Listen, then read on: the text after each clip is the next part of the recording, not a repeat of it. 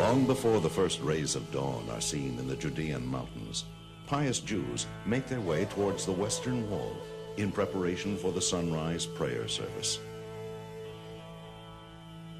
King David wrote, "I wake the dawn," as if to say, the dawn does not wake me. 3,000 years later, his words live in the hearts of his people.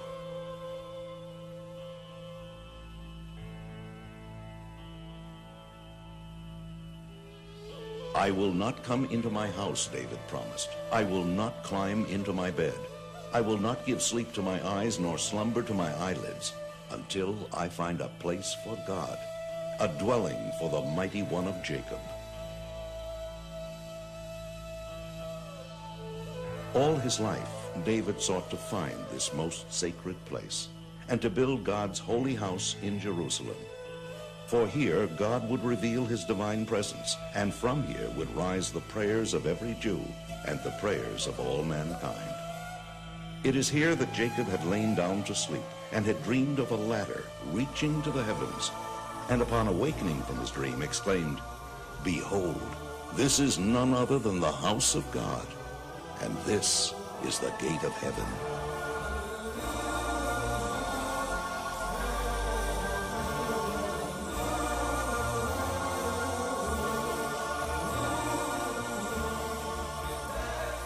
For nearly 2,000 years, the Holy Temple has lain in ruins. What was this place that eternally inspires the hearts of the Jewish people? That a mere outer wall surrounding the Temple Mount, a wall not even of the temple itself, should be held in such awe and treated with such abiding love. It was not simply a huge synagogue as so many people assume. The Holy Temple was a unique structure, the one house of the one God, unlike any other edifice on earth.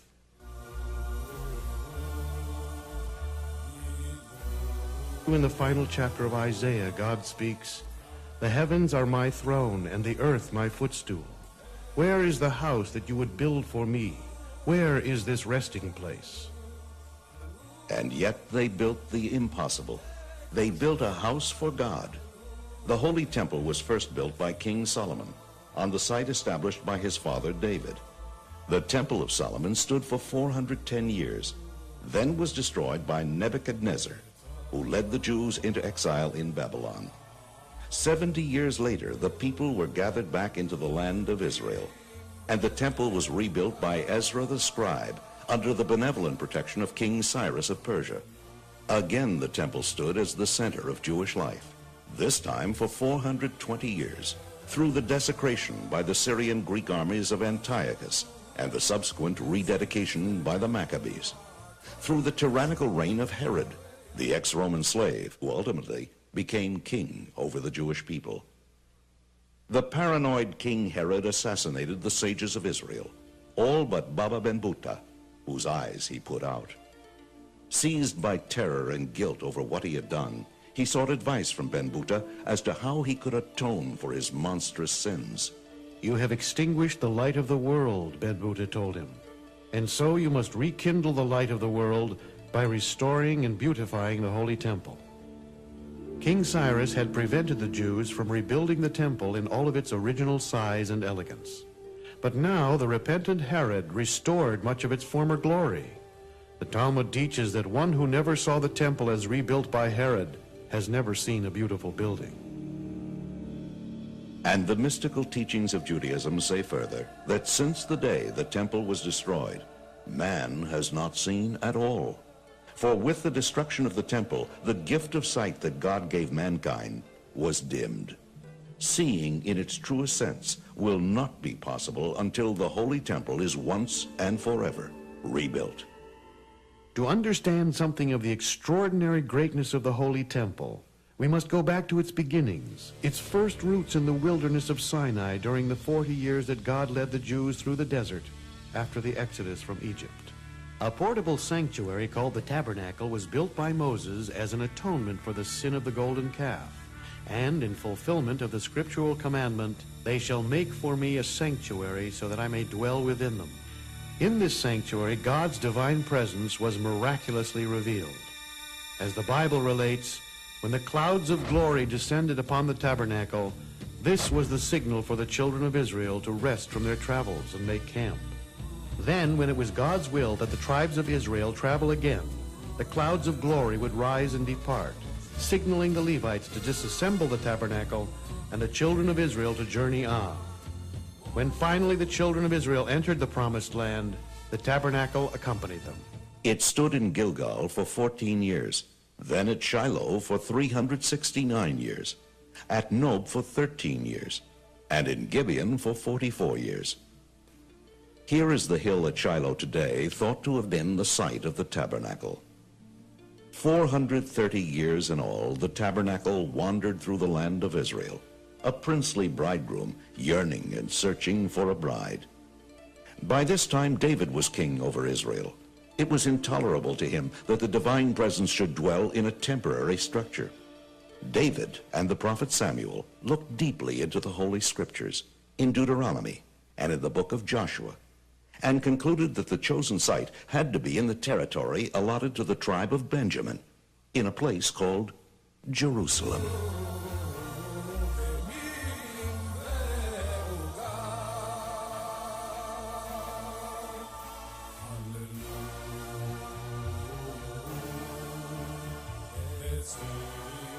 From the moment King Solomon built the Holy Temple and consecrated it, Jerusalem became the focal point for the soul of every Jew for all time. God no longer dwelled in a tent. The divine presence had taken up permanent residence in a great and glorious house of stone. The portable tabernacle was built primarily of overlaid wood and stretched cloth, both originating as plant life. But the temple had to be built entirely of stone. Since this was to be the permanent dwelling place of the godly light in this physical world, the light had to permeate the world down to its lowest aspect, inanimate matter, stone. Stones of all shapes, sizes, and qualities were utilized in the construction. The largest stone known to have been used weighs more than 400 tons. The stones used for the great altar had to be hewn without the aid of an iron tool, yet had to be as smooth as polished glass. If a scratch the thickness of a fine hair were found, that stone was removed from the altar and replaced and buried beneath the temple. An extraordinary series of miracles occurred during the building of the first temple. Throughout the 8 years of its construction, not one of the many thousands of laborers died or fell ill. But then, when the construction was completed, all the workers fell dead. And God spoke from heaven, saying that he would give them all their full reward in the next world, the eternal world. This so that the kings and rulers of other lands would not use these same workers for their own buildings and boast that those who built the house of God now work for us. The sages of Israel report in the Mishnah that the Temple Mount measured exactly 500 cubits by 500 cubits, which is approximately 1,000 feet by 1,000 feet. The great inner building of the temple was called the Heichal. It housed the portico, within it the sanctuary, and within it the Holy of Holies. The Heichal at its base stood 44 feet above the rest of the Temple Mount and rose to a height of 240 feet, equivalent to a modern-day 20-story building. The walls of the interior of the Heichal were lined with cedar wood and then overlaid with pure gold. Water reached the temple from underground in Jerusalem and through aqueducts from as far away as Hebron, a distance of more than 30 miles. Cisterns, pipes, and pools stored the water under the Temple Mount. An intricate system of subterraneous halls and vaults, passages and tunnels, a veritable underground city, was hewn out of the solid rock beneath the Temple Mount. The cavernous space between the ground above and possible graves beneath provided spiritual protection for the Jewish priests, who by scriptural law would become spiritually defiled in the presence of a corpse and temporarily forbidden to enter the temple.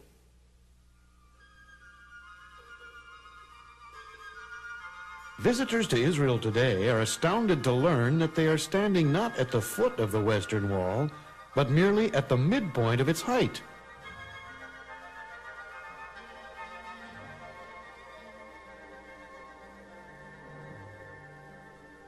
3 times a day the people pray. Look with favor, Lord our God, upon your people Israel.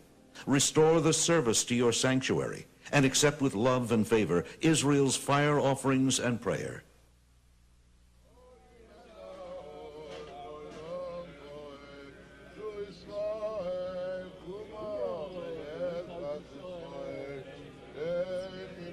And at the precise moment the sun breaks over the horizon, the people praying the sunrise service step forward to recite the Amida, the 18 benedictions that forms the central prayer of every Jew.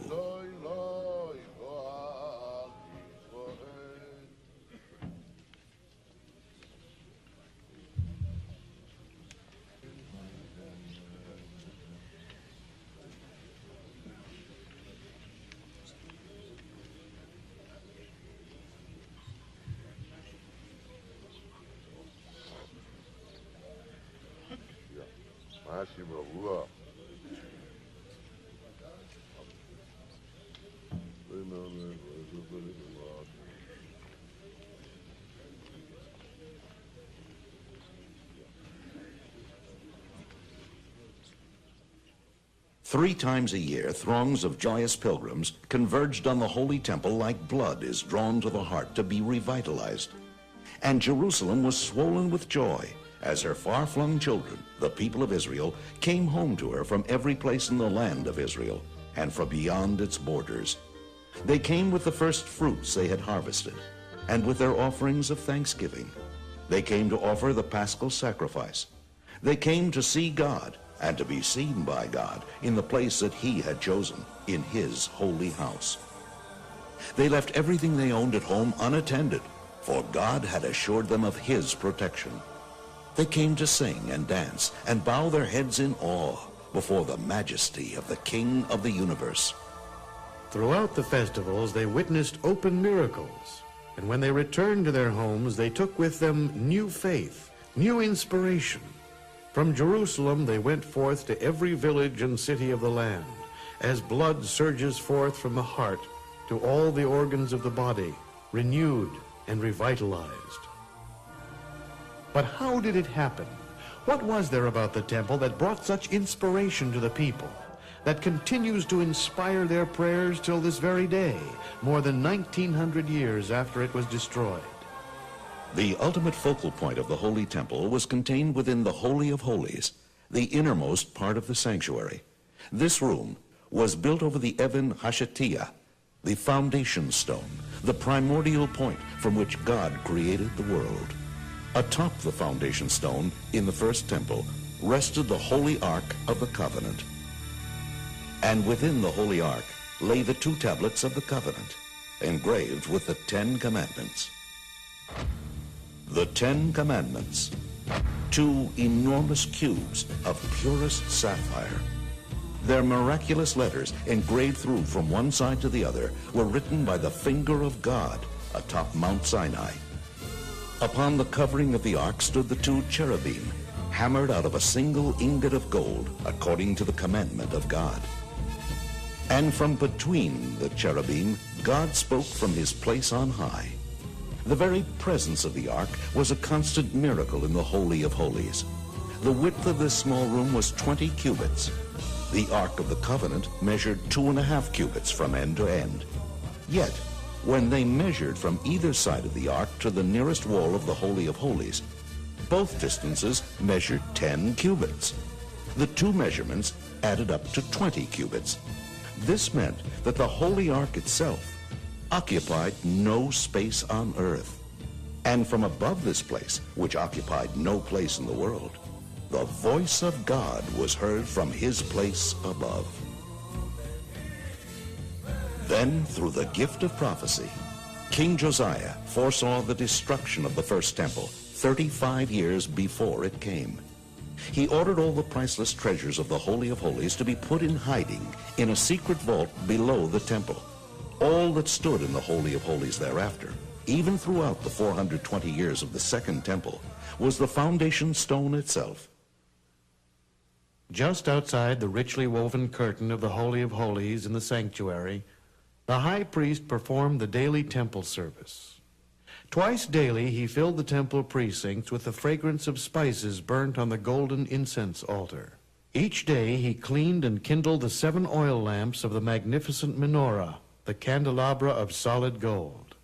Just beyond, the windows of the sanctuary, wider within and narrower outside, symbolized the fact that the world received its light from the temple, not the temple from the world. And in the sanctuary there were continuous miracles. The 12 loaves upon the showbread table remained fresh throughout the week until they were replaced each Sabbath. And the flames of the 3 branches on either side of the menorah all turned toward the center branch, which symbolized the Shekhinah, the divine presence. One of the most dramatic moments in the Holy Temple each year came during the awesome Day of Atonement, Yom Kippur.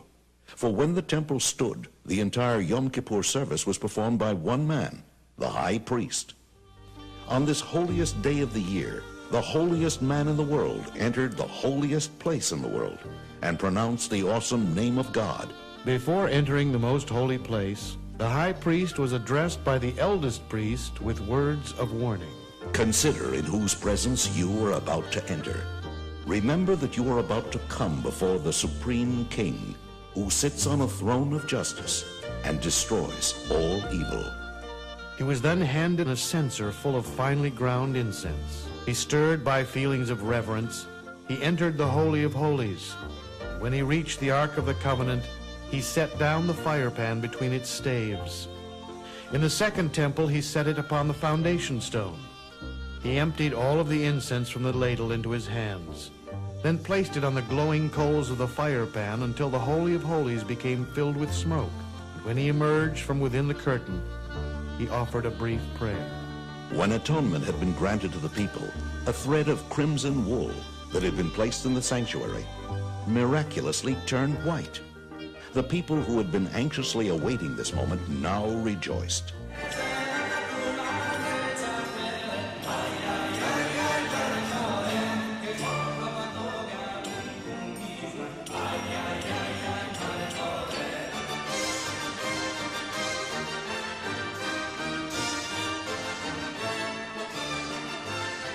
Fortunate is the eye that saw all this when the sanctuary stood on its foundation. But when the ear hears of it, our soul grieves. Fortunate is the eye that saw the house of the living God. But when the ear hears of it, our soul grieves. And the Lord called to Moses and spoke to him from the tent of meeting, saying, Speak to the children of Israel, and say to them, If any man among you would bring an offering to the Lord, you shall bring your offering from the cattle, from the herd, and from the flock.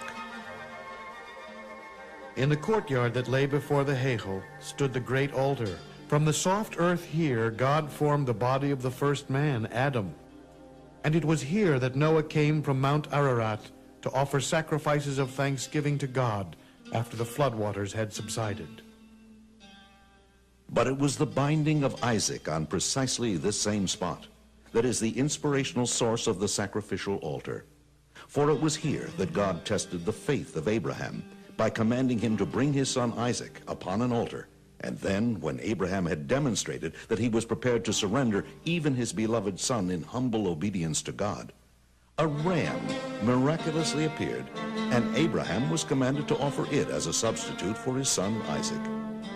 In the merit of Abraham, his children throughout the ages, by scriptural command, were permitted to offer animal sacrifices to God as atonement for sins, as free will offerings, and in order to become spiritually elevated. The sacrifice could be large or small animals, or pigeons, or doves, or if the person had limited means, even a modest gift of fine flour. And accompanying this service, and raising the entire experience to the most exalted of spiritual levels, was the most glorious musical pageantry the world has ever known. It is recorded in the book of Chronicles that 4,000 musicians played at the dedication of the first temple. One of the remnants of the actual music of the Holy Temple that we still have is the blessing of the congregation by the Kohanim, the priests. In most communities throughout the world, the priestly blessing is performed only during a festival and on Rosh Hashanah and Yom Kippur. But in Jerusalem, The priests blessed the people during the morning service every day.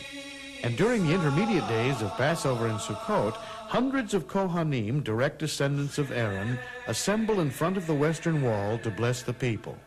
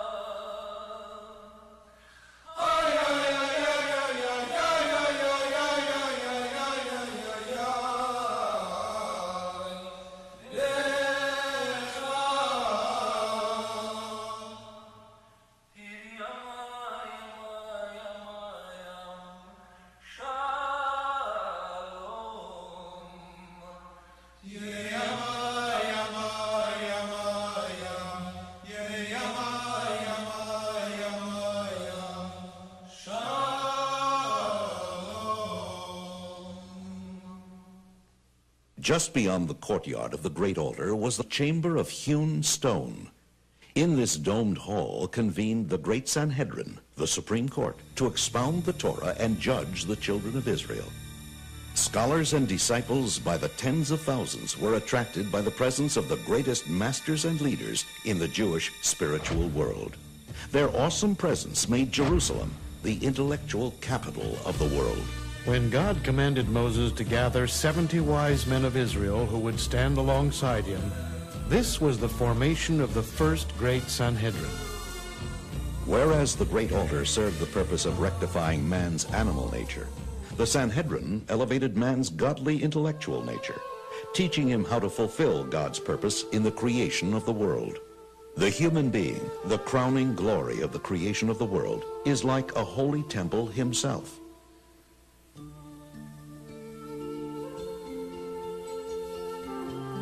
His intellect corresponds to the Holy of Holies, his love of God to the menorah, his sense of reverence to the table of the 12 loaves, his quality of mercy to the golden incense altar, his faith and trust to the basin and laver from which the priests washed and purified their hands and feet, his foundation and regal bearing to the great altar.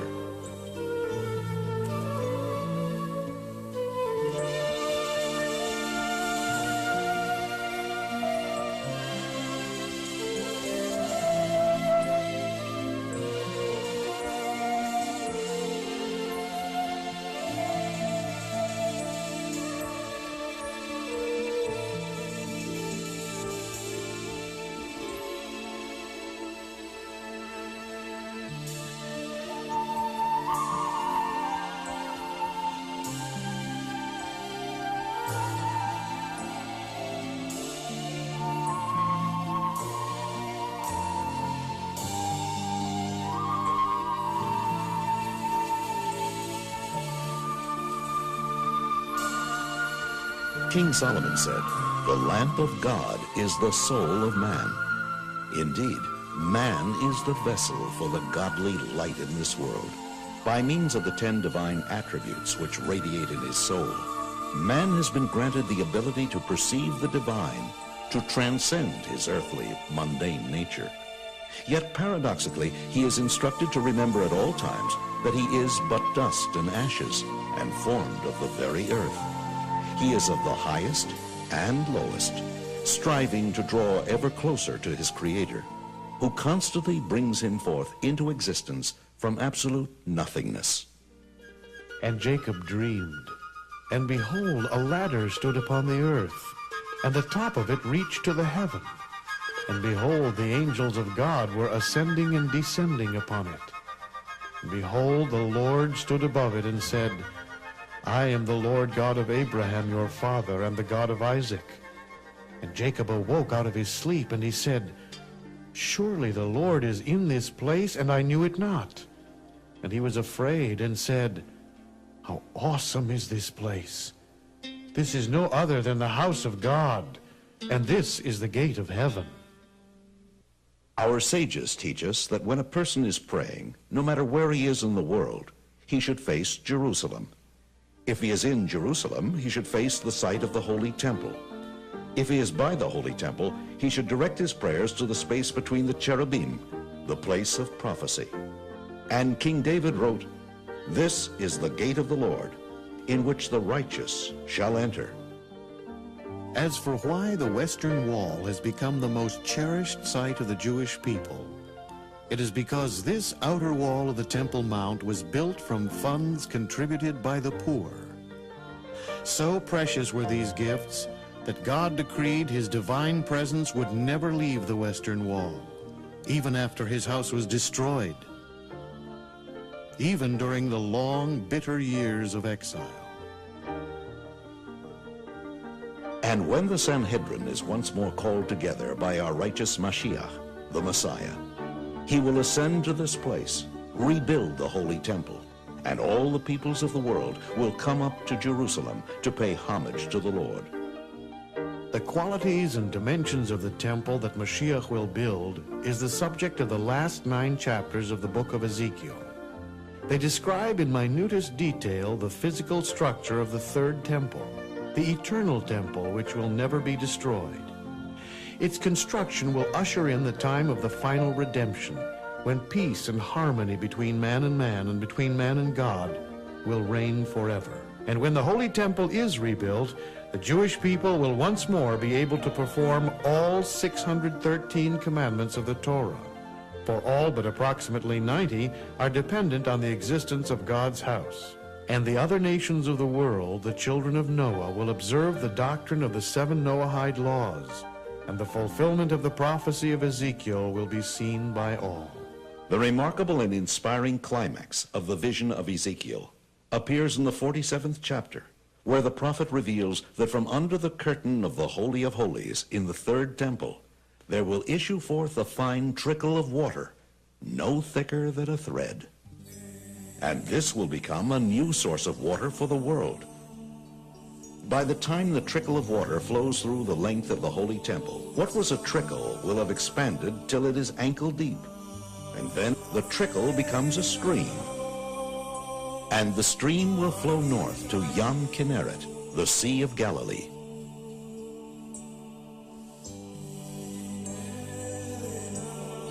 Every tree will be nourished from that stream, and the leaves of every tree will have healing powers through which every disease in the world will be healed. And from there the stream will flow south until it reaches the Dead Sea, and it will sweeten its salty waters. Whereas today no fish can live in the Dead Sea, its waters will then be able to support life, and there will be as many kinds of fish there as in the Mediterranean.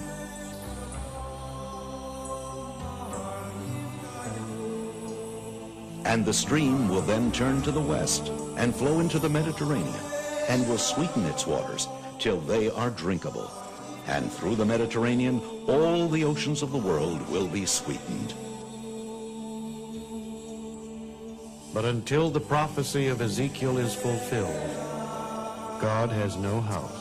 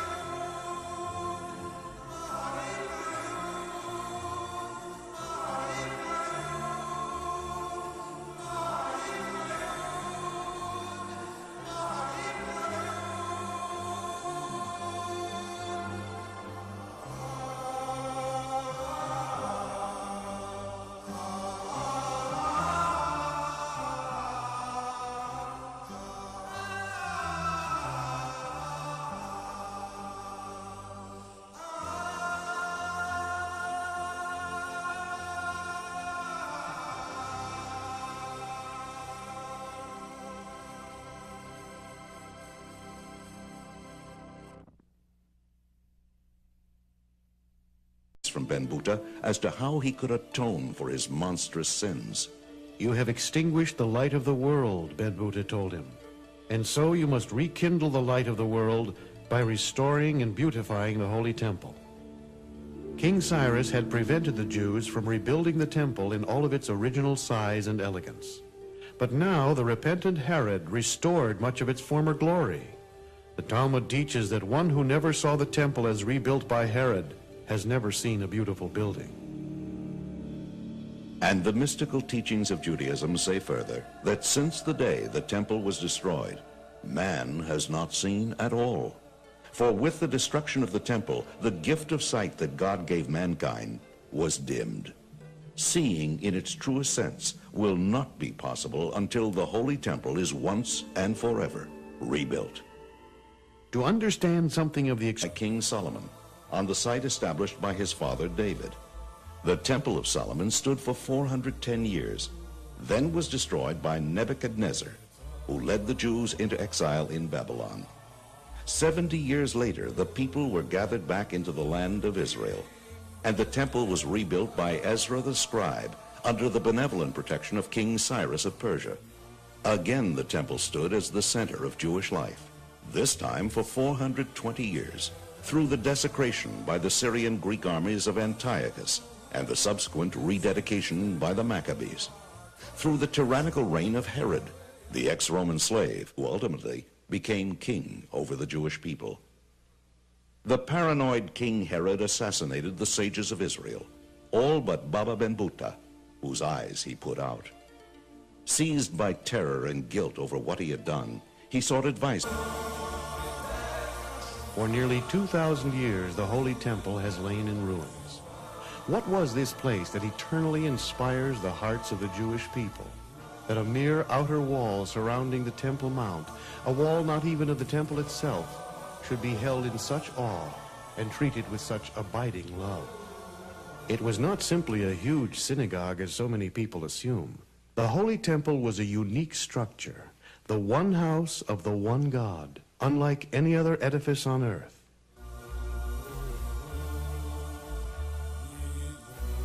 In the final chapter of Isaiah, God speaks, "The heavens are my throne and the earth my footstool. Where is the house that you would build for me? Where is this resting place?" And yet they built the impossible. They built a house for God. The Holy Temple was first built by "Into my bed. I will not give sleep to my eyes nor slumber to my eyelids until I find a place for God, a dwelling for the mighty one of Jacob."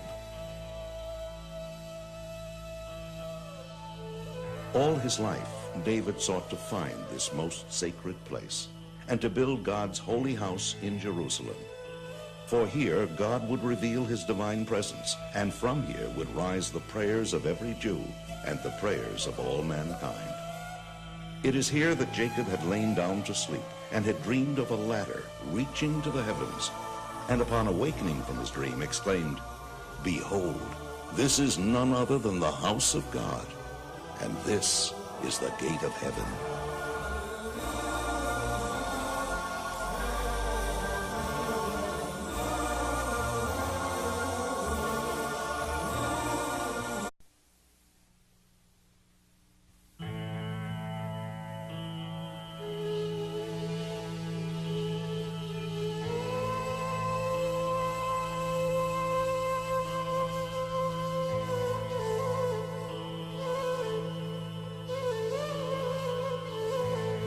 Long before the first rays of dawn are seen in the Judean mountains, pious Jews make their way towards the western wall in preparation for the sunrise prayer service. King David wrote, "I wake the dawn," as if to say, the dawn does not wake me. 3,000 years later, his words live in the hearts of his people.